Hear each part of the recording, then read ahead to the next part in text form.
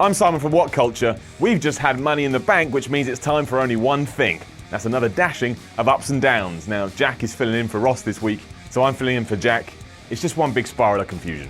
As always, based on the article by Scott Carlson over on WhatCulture.com, it's time to find out what were the good bits and what were the bad bits of Money in the Bank. And then you can decide whether you enjoyed the pay-per-view or not, because you're not allowed your own opinions. So without further ado, let's up the downs. No, Jack's right, that is crap.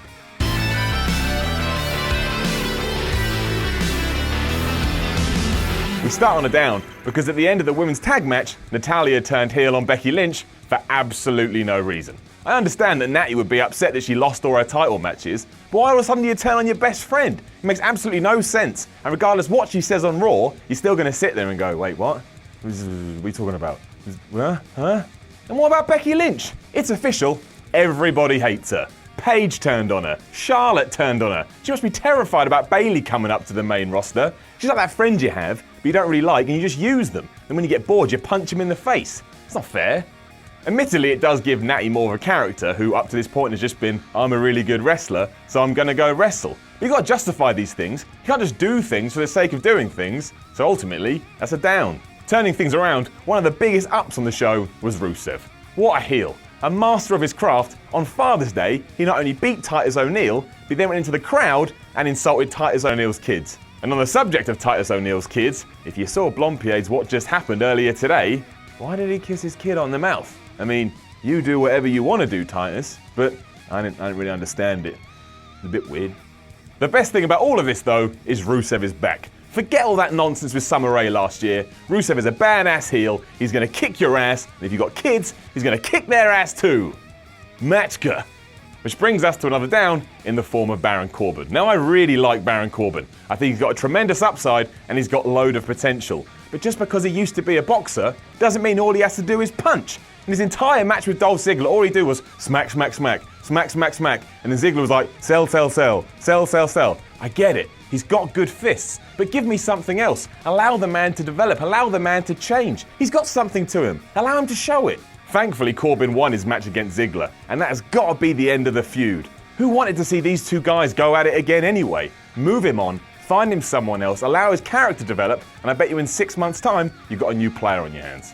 Back on the positives, sorry Scott, but I kind of disagree with you here. I think that Dean Ambrose cashing in the Money in the Bank briefcase at Money in the Bank is a really good thing. We've all seen the whole, I've got the case, and I'm going to hold on to it for ages. That's been done. Crazy Dean Ambrose coming out in the main event to cash in is something new. And who doesn't like a good surprise? For starters, Dean Ambrose is long overdue a World Championship run. And the whole thing fits his character. He's backstage, he's burning a hole in his pocket, he can't wait anymore, and he wants to cash in now. Also, it means on the same night, all 3 Shield members held the WWE World Heavyweight Championship. And if you think that's not cool, then you're lying to yourself. Don't lie.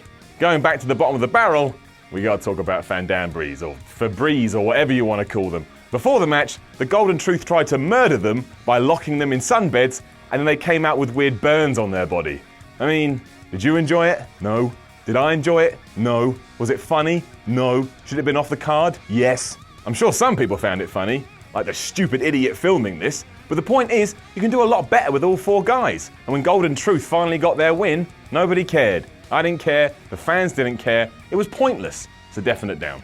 Let's fly back up to the clouds with Kevin Owens. The man stole the show, and he didn't even win anything. In his backstage interview with Jericho and Del Rio, he schooled the two in the art of the promo, and then during the Money in the Bank match, he was amazing. He also took one bump that made me want to cry.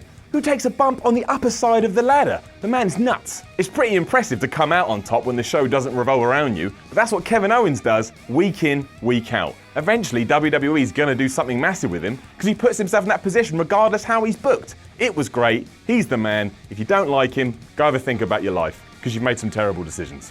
Which brings us to AJ Styles versus John Cena. Now, the match itself was great, easily one of the best of the night, but when the finish came and the ref got knocked out and the club ran in, it completely took the wind out of its sails. Now, you could argue that the club interfering actually adds to the storyline. Now you can have your rematch, but we all know who's going to win that. It's going to be John Cena. Then you have your third match, and guess who's going to come out on top? It's going to be John Cena. Give AJ his clean win like he did with Kevin Owens. It would do wonders for the guy. And let's face it, who right now is having better matches than AJ Styles? It's a definite down. Another point in the up box has got to go to the main event. Now, Rollins versus Reigns may have not been your cup of tea, but the dynamic they played out was fascinating. Rollins was kind of your face, and Reigns was kind of your heel. What does this mean? And where does it go? And how does it tie into the brand split? It was far more interesting than I thought it was going to be, and the ending with Dean Ambrose just added to it even more. The whole thing did open up a lot of questions as well. Specifically, are they actually going to pull the trigger and have Reigns turn heel? Sure, you didn't think it was going to happen, but you also didn't think he was going to lose the belt. We've got the brand split, things need to change, ratings need to pick up, anything is possible, and that main event proved it. Your final up of the video comes in the form of the Fatal 4-Way Tag Match. Sure, there were some botched spots, and at one point Luke Gallows forgot he was a wrestler and just chilled out on the ropes watching, going, oh, this is a good match. Don't do that again, Luke Gallows. It was really strange. But it was exciting, it was frantic, and the New Day came out as champions. The club also now has a legit reason to feel like they got screwed out of the Tag Team Championships, which builds a feud between them and the New Day, and if you make the New Day a little bit more serious, that's a chain of matches where you all want to see, which means that tag match did a great job going forward. So all in all, Money in the Bank has got to be considered a good show, and as you know from Ups and Downs, that's considered a rarity. Now go read Scott's article on WhatCulture.com and then comment below so we know what you think about Money in the Bank. I'm Simon for WhatCulture, and now go and kick Monday's ass, because that's what Mondays are there for. Plus it's leg day, so go do some squats too.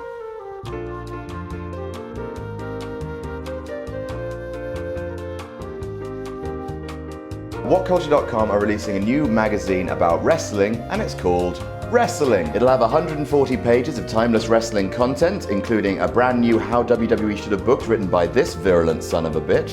It will also have a list of the 100 best wrestling matches of all time compiled by WhatCulture staff and wrestling insiders. So the magazine is available to pre-order now. Follow the link in the description and enjoy WhatCulture.com's Wrestling.